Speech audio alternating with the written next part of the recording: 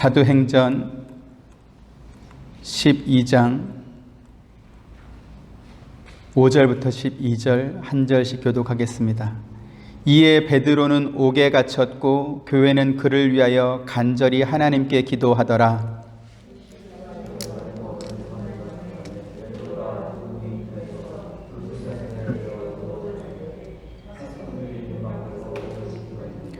호련히 주의 사자가 나타나매 옥중에 광채가 빛나며 또 베드로의 옆구리를 쳐 깨워 이르되 급히 일어나라 하니 쇠사슬이 그 손에서 벗어지더라.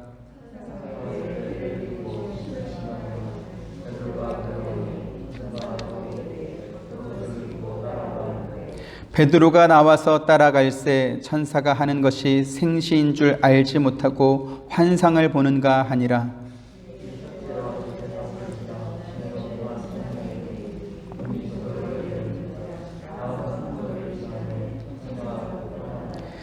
이에 베드로가 정신이 들어 이르되 내가 이제야 참으로 주께서 그의 천사를 보내어 나를 헤롯의 손과 유대 백성의 모든 기대에서 벗어나게 하신 줄 알겠노라 하여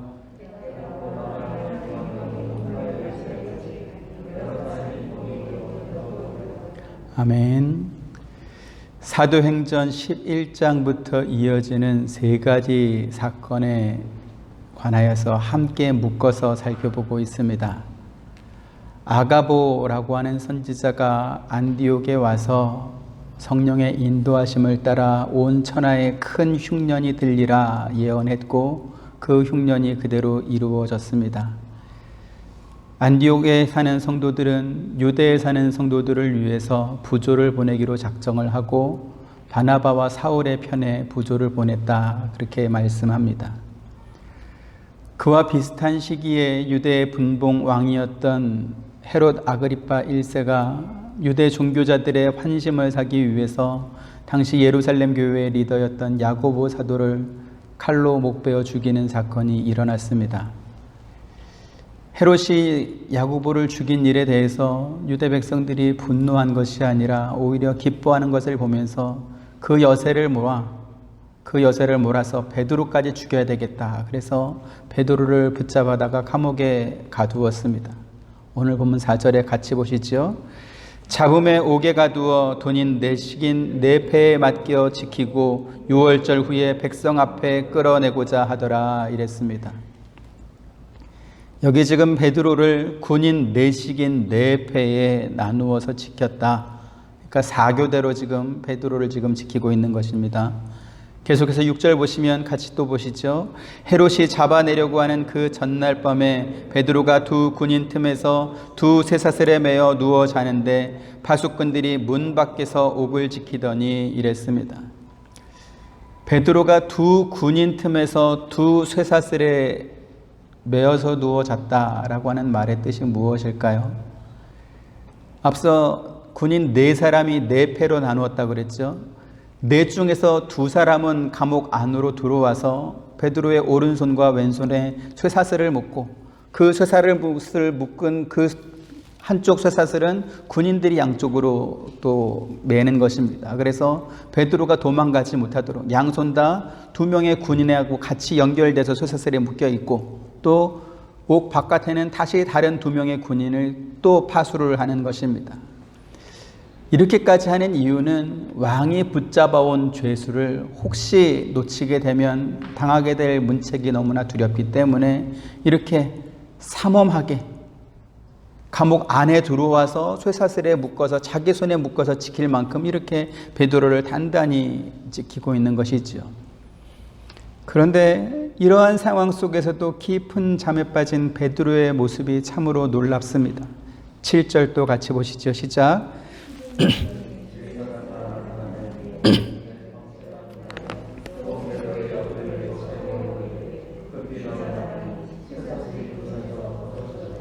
네, 주의 천사가 나타나서 베드로의 옆구리를 쳐서 깨웠다 이랬는데 여기 지금 옆구리를 쳤다라고 하는 헬라어 말이 파타소라는 말인데 그 뜻이 뭐냐면 때려 눕힌다 혹은 때려 죽인다 이런 뜻입니다. 얼마나 베드로가 깊이 잠들었는지 슬슬 이렇게 건드린 정도가 아니고 죽을 만큼 때려가지고 그것도 옆구리를 때려가지고 지금 베드로를 깨웠다라는 것이죠. 지금 6절에 보니까 헤롯이 잡아내려고 하는 그 전날 밤이라고 했습니다. 내일이 되면 베드로는 끌려나가서 사람들이 보는 앞에서 사형을 당하게 될 것입니다.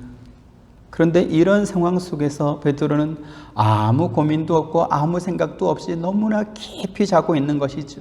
옆구리를 쳐서 막 패가지고 깰 만큼 그렇게 깊이 자고 있는 것입니다. 어떻게 이렇게 깊이 잠에 들 수 있을까요?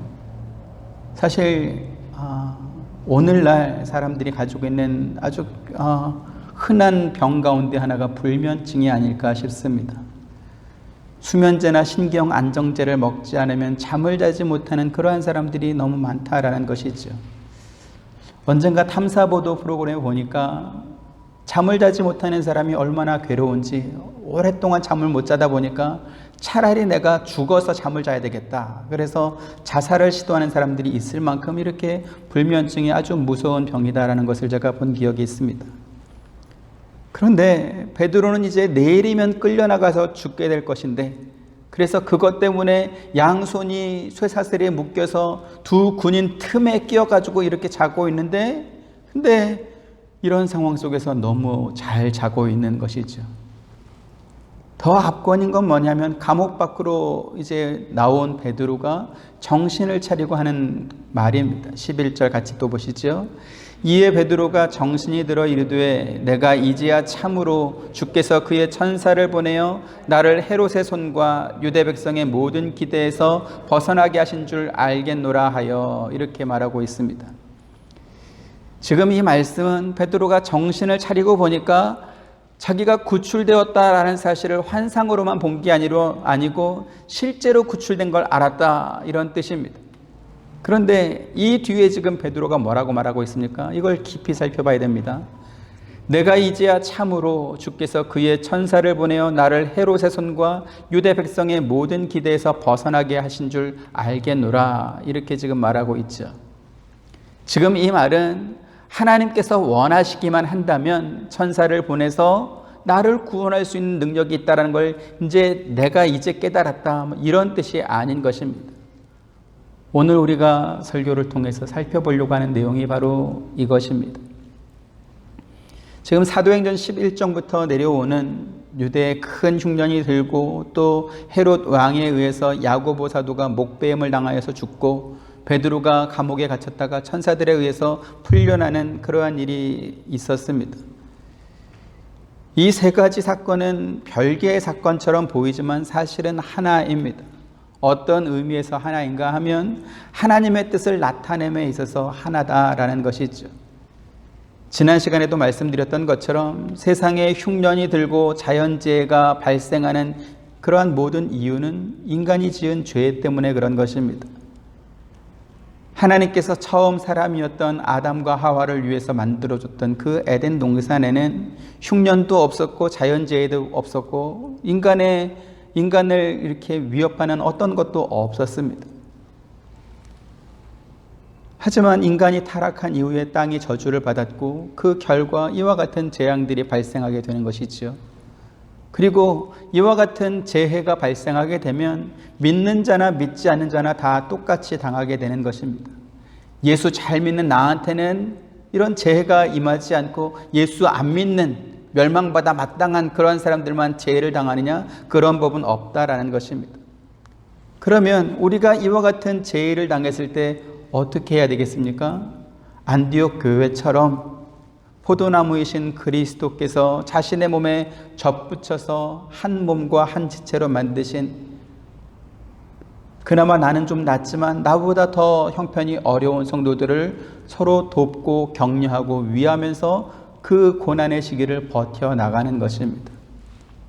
그런가 하면 야고보 사도처럼 본인이 잘못한 것이 전혀 없음에도 불구하고 단지 예수를 믿는다는 이유 때문에 종교적으로 또는 정치적 목적에 의해서 목숨을 잃게 되는 그러한 사건이 생길 수도 있다라는 것입니다. 아니 예수를 잘 믿는데 왜 죽어야 돼가 아니라 그런 일이 또 생길 수도 있습니다. 사실 복음이 전파되는 모든 현장과 모든 나라마다 이렇게 야고보 사도처럼 순교한 선교사님들이 있었습니다. 그분들이 하나님 앞에 죄를 지어서 죽게 되는 것이 아니라 오직 복음을 전하다가 이와 같은 일을 당하게 되었다라는 것이죠. 서울 양화진이라는 곳에 가서 보면 조선이라는 나라가 있는지도 몰랐던 그 시기에 동양의 가장 가난한 나라였던 이 조선 땅에 와서 복음을 전하다가 목숨을 잃은 많은 선교사님들의 무덤이 있습니다. 세상적인 기준으로 그분을 보면 너무나 무모한 죽음이고 또 안타까운 죽음이다 이렇게 생각할 수 있을 것입니다. 하지만 아이러니하게도 그와 같이 선교사님들의 희생과 순교가 끊이지 않았던 그 땅에는 정말로 복음이 전파되는 이 확산과 영향력이 더 커졌다라는 것이 또 통계로 나타난 사실입니다. 그러면 그 선교사님들은 어떻게 자기 목숨도 아끼지 않고 다른 나라에 가서 복음을 전하다가 그렇게 죽는 길을 택했을까요? 그것은 우리 기독교 신앙이 죽음을 대하는 자세가 세상의 다른 사람들과 다르기 때문에 그런 것입니다. 세상은 죽음은 끝이고 영원한 암흑입니다. 가장 강력한 불행이고 절망입니다. 하지만 우리 기독교 신앙은 부활이 있고 영원한 생명이 있음을 믿는 그러한 사람들이죠. 오늘 우리가 부활주일 예배를 드리고 있는데 만약에 우리 앞에 죽음이 없다면 죽음이 전제되어야 하는 부활은 기대할 수 없는 것입니다. 우리에게 부활이 기쁘고 감사할 수 있는 이유가 무엇입니까? 그 앞에 있는 죽음이 우리에게 아무런 영향력을 끼칠 수 없기 때문에 부활이 기쁘고 감사한 것입니다. 그런 면에서 야고보 사도의 죽음은 어떤 것이죠? 우리에게 소망과 기쁨을 주는 그러한 사건인 것입니다. 자, 그러면 이제 또 하나의 의문이 생깁니다. 왜 야고보 사도는 죽었고 베드로는 죽을 뻔했다가 감옥에서 풀려나냐라는 것이죠. 그래서 기독교 신앙을 이해하기 위해서는 이와 같이 현실에서 만나는 차이를 이해해야 되는 것입니다. 조금 더 이제 덧붙이면 베드로가 헤롯에 의해서 감옥에 끌려가서 붙잡히자 교회 성도들이 베드로를 위해서 기도하고 있습니다. 5절 같이 보시죠. 시작.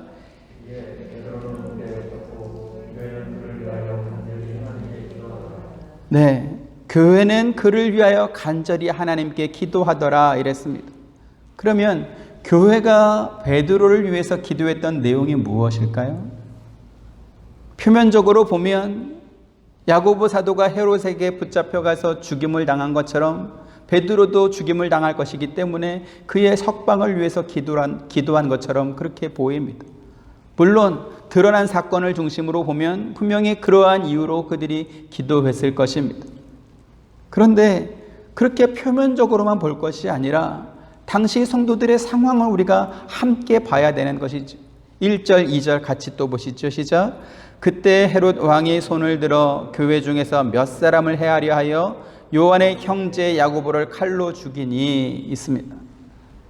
자, 헤롯이 야고보만 죽이고 베드로만 죽이려고 한 것이 아니고 교회 중에서 몇 사람을 시범 케이스로 본보기로 죽이려고 지금 하고 있고 그 중에 첫 번째 순위가 야고보였고 두 번째 순위가 베드로였습니다. 그러면 세 번째, 네 번째는 있을 수 있을까요? 없을까요? 분명히 있을 수 있지요. 헤롯의 표적이 누굽니까? 교회 다니는 사람들입니다. 그렇게 야고보가 끌려가서 죽었고 베드로도 내일이 되면 죽게 될지도 모르는 상황입니다. 그러면 이러한 상황에서 가장 안전한 방법은 무엇입니까? 다 흩어지는 것입니다. 어디에 숨었는지 모르게 다 흩어져 버리는 것입니다.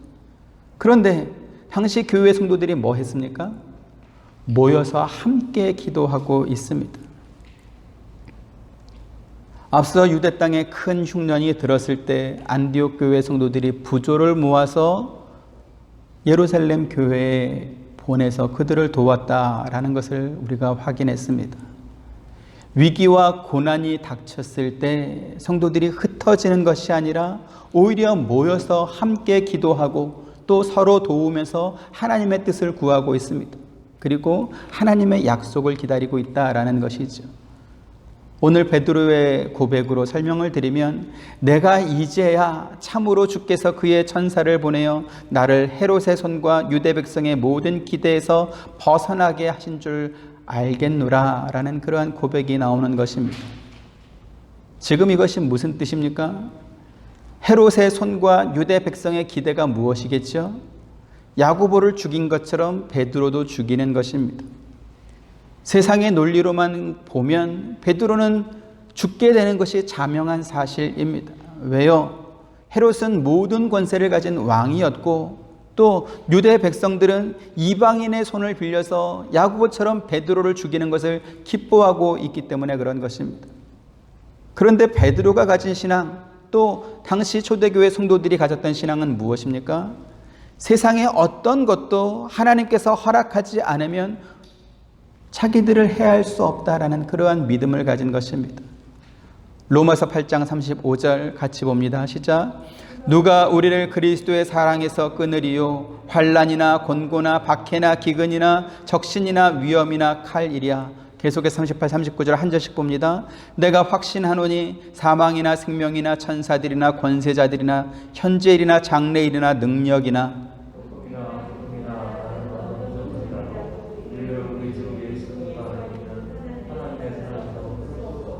아멘. 내일이면 광장으로 끌려나가서 죽게 될 베드로가 두 손은 쇠사슬에 묶인 채 군인들 2명 틈 사이에 끼어서 불편하게 잠을 자면서도 오히려 깊은 잠에 빠진 것을 우리가 확인하고 있습니다. 얼마나 그가 깊은 잠에 빠졌는지 천사들이 와서 그의 옆구리를 이렇게 패듯이 때려야 일어날 정도로 깊이 잠들어 있습니다. 헤롯이 살기가 등등해서 교회 중 몇 사람을 죽이겠다 이렇게 작정을 하고 교인들 색출에 나선 이때에 성도들이 살 길을 찾아서 흩어져 도망간 것이 아니라 함께 모여서 지금 하나님의 뜻을 구하며 기도하고 있습니다. 마치 다니엘이 메대왕 다리오가 왕 외에 어떤 신에게나 사람에게 기도하면 사자굴에 넣어서 죽이겠다라는 그 왕의 조서에 어인이 찍힌 것을 알고도 예루살렘을 향한 창문을 열어놓고 이렇게 공개적으로 보이도록 기도했던 것과 같은 그러한 이치인 것이죠. 다니엘 6장 10절 또 같이 보십니다. 시작.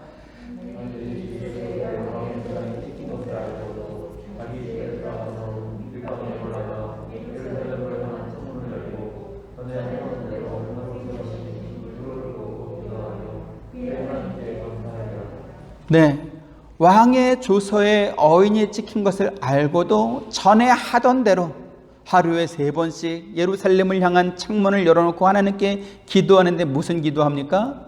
감사 기도하고 있습니다. 그러면 다니엘은 무슨 담력이 있어서 이와 같은 기도를 할 수 있었을까요? 계속해서 21절, 22절 한 절씩 봅니다. 다니엘이 왕에게 아뢰되 왕이여 원하건대 왕은 만수무강하옵소서.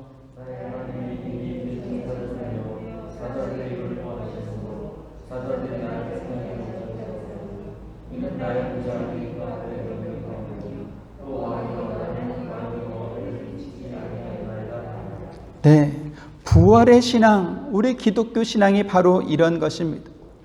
굶주린 사자가 다니엘을 해할 수 있습니까? 하나님께서 허락하지 않으면 그렇게 할 수 없습니다. 이것을 가리켜서 하나님의 주권이다 이렇게 말하는 것입니다. 지금 하나님의 주권이라는 말을 여러분 잘 이해하시길 바랍니다.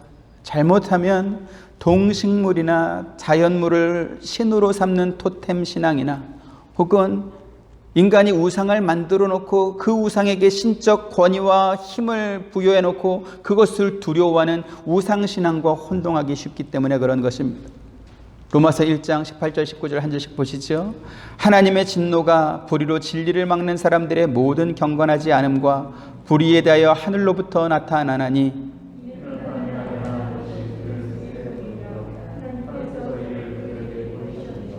네, 세상을 창조하신 하나님께서 당신의 형상과 모양을 따라 사람을 만드셨습니다. 다른 피조물들과 달리 사람에게 하나님을 알만한 영을 넣어주신 것입니다. 비록 인간이 하나님 앞에 범죄하고 타락함으로 말미암아 그 영이 죽고 하나님 앞에서 쫓겨났지만, 그러나 우리 모든 인간에게, 믿는 자뿐만 아니라 믿지 않는 자들 안에도 하나님을 알만한 지식, 양심이 있습니다. 이것이 바로 인간이 동물과 다른 점입니다. 양심이 하는 일은 무엇일까요? 하나님의 진노가 불의 앞에 임한다라는 것을 아는 것입니다. 그래서 하나님을 아는 자나 모르는 자나, 믿는 자나 믿지 않는 자나 보편적으로 가진 양심이 뭡니까? 권선징악이 있다라는 것입니다. 착한 사람은 복을 받고 악한 사람은 벌을 받는다. 그리고 그것이 시행되는 것이 합당하다라고 생각하는 것이 인간의 양심이지요. 자, 그러면 그 권선징악은 누가 시행하는 것입니까? 하늘이 한다. 너는 천벌을 받을 거야. 하늘이 알 거야. 그 사람 참 착해. 하늘이 복을 내릴 거야. 이렇게 하나님을 모르지만 그러나 하늘이 복을 내리고 하늘이 벌을 내린다라는 그러한 일반적인 양심의 상식을 갖고 있는 것입니다. 이처럼 하나님께서는 하나님에 대하여 바르지 않은 태도를 보이는 경건치 않음과 또 인간에 대해서 바르지 않게 행하는 불의에 대해서 심판하시는 분입니다. 불의는 무엇입니까? 하나님을 두려워하지 않는 경건하지 않은 사람들이 행하는 결과가 불의인 것입니다. 그래서 불의로 진리를 막는다라는 것은 무슨 말이냐면, 진리인 하나님의 지식을 따라 순종하지 않고 하나님의 뜻을 거슬러 행하는 것이 불의로 진리를 막는 것입니다. 마치 애굽 왕 바로가 하나님께서 모세를 통하여 하나님의 뜻과 하나님의 명령과 하나님의 살아계심과 하나님의 능력을 10번이나 넘는 그러한 기적을 통해서 보여줬음에도 불구하고 그 바로가 하나님의 명령과 하나님의 뜻을 거스른 것과 같은 것입니다. 그래서 이러한 자들에게 하나님의 진노가 임하는 것은 당연합니다.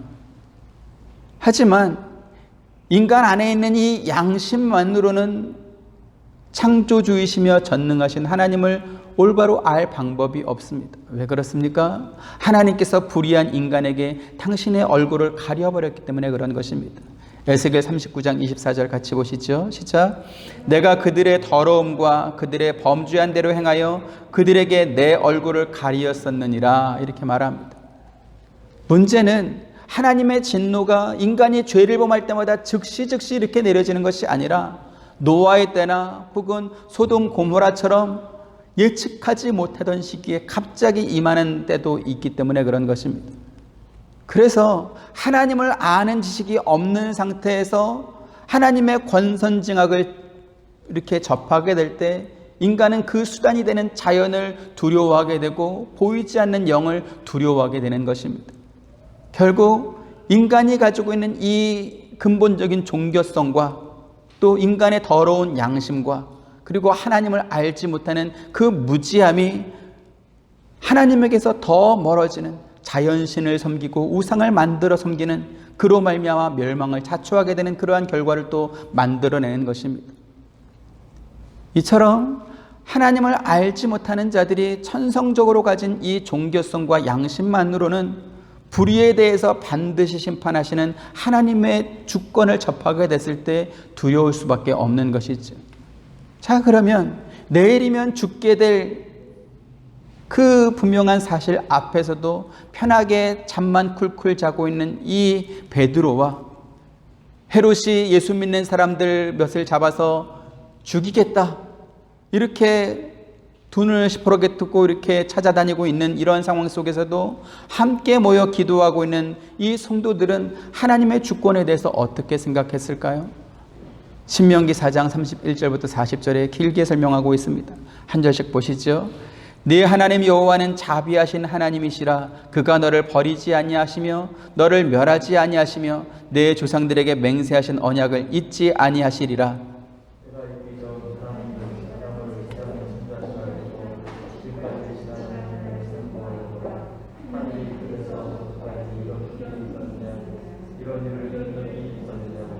어떤 국민이 불 가운데서 말씀하시는 하나님의 음성을 너처럼 듣고 생존하였느냐?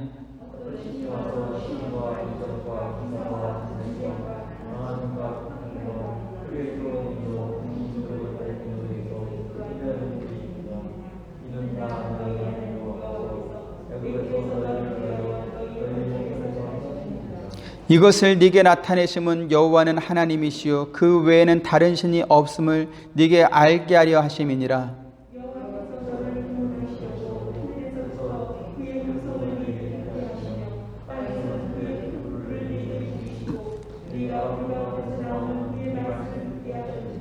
여호와께서 내 조상들을 사랑하신 고로 그 후손인 너를 택하시고 큰 권능으로 친히 인도하여 애굽에서 나오게 하시며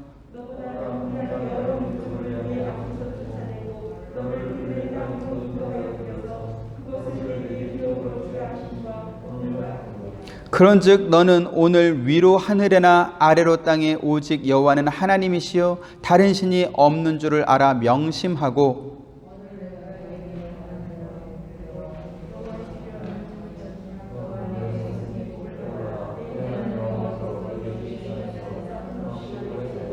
아멘. 감옥에서 깊은 잠에 빠진 베드로나 헤롯이 보낸 군인들에게 붙잡히면 똑같이 죽게 될 수도 있는 그러한 상황 속에서도 함께 모여 기도하고 있는 성도들의 믿음이 바로 이런 것이었습니다. 천지를 만드시고 섭리하시는 하나님께서 그들을 위하시고 그들을 편들어주고 있는데 그 어느 누가 하나님의 손에서 그들을 빼앗아 갈 수 있겠습니까? 그 어느 누가 하나님의 허락도 없이 그들에게 위해를 가할 수 있겠습니까? 그래서 오늘 저와 여러분들이 배우고 또 알아야 될 신앙이 바로 이러한 것입니다. 기독교 신앙의 핵심은 하나님께서 우리에게 베푸시는 사랑과 구원의 계획을 한순간도 포기하지 않으시고 이루어가고 있다는 것을 우리가 믿는 것입니다. 그런데 그 순간이 흉년을 통과하는 시기일 수도 있을 것이고 또 야고보처럼 목배임을 당하여서 죽임을 당하게 되는 그러한 순간일 수도 있는 것이고 베드로처럼 감옥에 갇혀서 불안한 그러한 상황에 놓이는 그러한 때도 있을 수 있는 것입니다. 우리가 사는 동안 많은 일들을 만나게 됩니다. 때로는 어려운 일, 때로는 난처한 일, 때로는 당황스럽고 당혹스러운 그러한 사건들을 만날 수 있을 것입니다. 하지만 분명한 사실은 하나님께서는 우리에게 분명한 목적을 갖고 계신다라는 것입니다. 그리고 그 목적이 다 이루어질 때까지 우리를 이끌어 가신다라는 것입니다. 그 목적이 무엇입니까? 하나님의 자녀와 상속자로 우리를 완성시키시는 것입니다. 그리고 그 완성은 내가 깨달아 알았다, 내가 이제 결심했다, 이것으로 완성되는 것은 아닙니다. 그렇게 완성될 때까지 우리가 살아야 되는 것이고 또 그 과정에서 만나는 여러 어려움들을 겪어내야 되는 것입니다. 공부가 어려운 점이 바로 그런 것이겠죠. 우리가 미국에서 살다 보니까 영어를 잘해야 된다라는 것은 아마 모든 사람들이 다 인정하고 또 알고 있는 내용일 것입니다. 그리고 영어 공부 한번 해보자 이런 결심도 아마 수없이 많이 해보셨을 것입니다. 저도 한 100번 정도는 했을 것 같습니다. 근데 영어가 필요하다, 그리고 영어 공부해야지, 그리고 알고 결심하면 이제 영어가 잘 나옵니까? 그건 아니죠. 시간을 들이고 검은 머리가 이렇게 흰 머리가 될 때까지 이렇게 수고하고 애를 써도 될똥말똥합니다. 그래서 저는 흰 머리가 하나도 없습니다. 고민만 하고 생각만 했지 해보질 않아서 흰머리가 없습니다. 그러면 공부만 그렇습니까? 우리 신앙이 잘하는 건 역시 마찬가지다라는 것입니다. 단지 교리적 지식만 많이 가지고 있고 단지 이렇게 한번 해보자 이렇게 결심만 했다고 해서 우리의 신앙이 자라고 성장하는 그런 법은 없다라는 것이죠. 하나님께서는 우리의 아버지가 되시고 누구보다 우리를 사랑하시는 분이시지만 그래서 우리를 가만히 내버려두고 우쭈쭈 잘한다 오냐 그렇게만 하지 않으신다라는 것입니다. 하나님께서 우리를 당신의 자녀와 상속자로 만들기 위해서 각종 훈련의 과정을 우리 앞에 펼쳐주시는 것입니다. 그리고 우리가 그 과정을 통과할 때 때로는 힘을 주시고 때로는 지혜를 주시고 때로는 더욱더 하나님을 의지하게 하시면서 그 과정을 통과하게 하시는 것입니다. 조금 전에 우리가 읽었던 신명기의 말씀이 바로 그런 내용입니다. 다시 35절 같이 보시죠. 이것을 내게 나타내심은 여호와는 하나님이시요 그 외에는 다른 신이 없음을 내게 알게 하려 하심이니라 이랬습니다. 하나님께서 그들의 하나님 되심을 알게 하기 위해서 그들의 광야 생활에서 수없이 나타내 보이셨습니다. 하지만 그들은 그렇게 하나님께서 그들을 위하시고 사랑하시는 분이시다라는 것을 경험하고도 그들을 향한 하나님의 사랑과 계획과 인도하심을 믿지 못했습니다. 거절하고 자꾸 애굽으로 돌아갔으면 좋겠다 이딴 소리나 해댔던 것이지. 결국 가데스 바네아에서 하나님께서 그들을 위해서 주시겠다는 그 가나안 땅을 정탐한 후에 하나님을 원망하자 어떻게 됐습니까? 그들이 정탐한 하루를 1년으로 계산해서 40년 동안 훈련의 생활을 광야에서 하게 되는 것입니다. 그들의 광야 생활이 왜 필요했죠? 하나님 외에 그들에게 다른 신이 없다라는 것을 확인시켜 주기 위해서 그 훈련의 과정이 필요했던 것입니다. 그리고 그 훈련의 과정을 통과했던 사람은 가나안 땅에 다 들어갔고 통과하지 못한 사람은 광야에서 또 다 죽었죠. 오늘 저와 여러분의 신앙생활도 마찬가지일 것입니다. 하나님 외에 우리에게 다른 신이 없다라는 것을 확인시켜 주기 위해서 여러 가지 사건을 만나게 되고 여러 가지 어떤 상황을 맞닥뜨리게 해주시는 것입니다. 그리고 그 사건과 상황 속에서 나에게는 하나님 외에 다른 분은 없구나. 하나님을 아는 지식에서 자라가게 하실 것이다 라는 것입니다. 이스라엘 백성들이 뭔가 특별해서 다른 민족들보다 잘나고 대단한 면이 있어서 그래서 하나님의 백성이 된 것이 아닙니다. 하나님께서 아브라함에게 약속하셨던 그 약속을 지키기 위해서 애굽에서 노예 생활하고 있는 이스라엘을 부르신 것입니다. 자, 그러면 아브라함은 뭔가 특별하고 대단한 사람이었습니까? 그것도 또 아니었다라는 것이죠.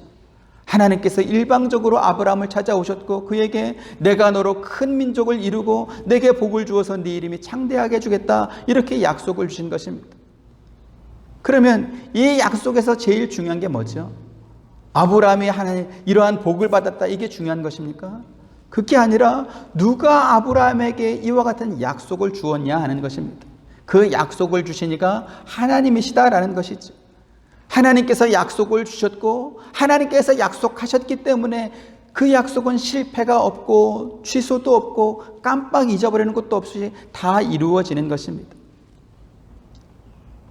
오늘 본문의 베드로가 양손에 쇠사슬이 묶이고 두 군인 사이에 끼어가지고 이렇게 자면서도 천사들이 옆구리를 이렇게 세게 쳐서 깨울 만큼 깊이 잠에 빠진 이유가 바로 여기에 있습니다. 베드로를 향한 하나님의 계획이 남아있는 한 베드로는 죽게 되지 않을 것입니다. 베드로를 위해서 기도하고 있는 성도들에 대한 하나님의 뜻과 계획이 남아있는 한 헤롯이 보낸 군인들에 의해서 그들이 붙잡혀가지고 난처함을 당할 일이 없다라는 것이지. 이것을 가리켜서 하나님의 주권이다, 하나님의 섭리이다 이렇게 말하는 것입니다. 저와 여러분 우리 하와이 서부 장로교회가 이처럼 하나님의 손에 꽉 붙들려 있다는 사실을 꼭 기억하시길 바랍니다. 하나님의 자녀와 상속자로서 우리가 해야 할 일이 남아있고 또 우리가 다듬어지고 만들어져 가야 될 일이 남아있는 한 우리의 인격과 우리의 소양이 하나님의 상속자가 되는 그 어떤 자격과 실력을 갖추는데 완성되기 전까지 우리가 해함을 받거나 죽게 될 일은 없을 것입니다. 이러한 어떤 믿음의 지식이 없다 보면 우리는 언제나 문제 중심의 신앙생활을 할 수밖에 없습니다. 오늘 우리가 부활주의를 보내고 있습니다.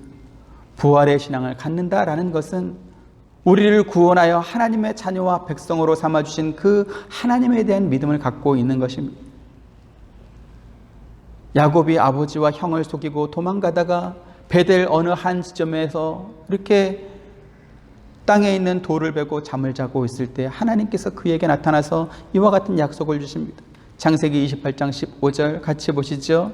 내가 너와 함께 있어 네가 어디로 가든지 너를 지키며 너를 이끌어 이 땅으로 돌아오게 할지라. 내가 네게 허락한 것을 다 이루기까지 너를 떠나지 아니하리라 하신지라 말씀합니다. 내가 네게 허락한 것을 다 이루기까지 너를 떠나지 아니하리라. 지금 이 말이 누구 말입니까? 하나님의 말씀입니다. 그리고 이 약속을 믿는 것이 바로 부활신앙입니다. 이 약속을 누가 주셨죠? 하나님께서 주셨습니다. 하나님께서 우리를 사랑하시고 하나님께서 우리를 지키시니 누가 하나님의 사랑에서 우리를 끊어낼 수 있겠습니까?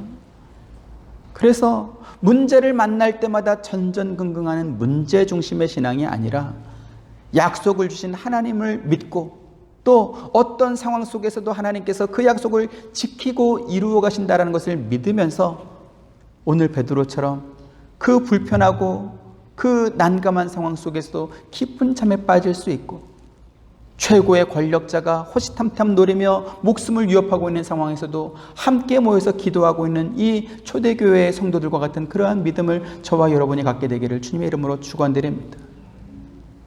문제 중심의 신앙생활을 하게 되면 문제가 생길 때마다 마치 하나님을 모르는 사람들이 자기가 바라고 믿는 신에게 정성을 들이고 치성을 드리는 것과 같은 똑같은 신앙생활을 할 수밖에 없습니다. 문제를 보지 마시고 그 문제 뒤에서 섭리하시는 하나님을 보시길 바랍니다. 그 문제를 통해서 우리를 다듬어가고 완성시켜 가시는 그 하나님의 주권을 믿으시길 바랍니다. 그리고 그와 같은 신앙이 우리에게 있을 때, 그와 같은 부활의 신앙이 우리에게 있을 때 우리는 세상을 더욱더 담대하게 당당하게 이겨나갈 수 있을 것입니다.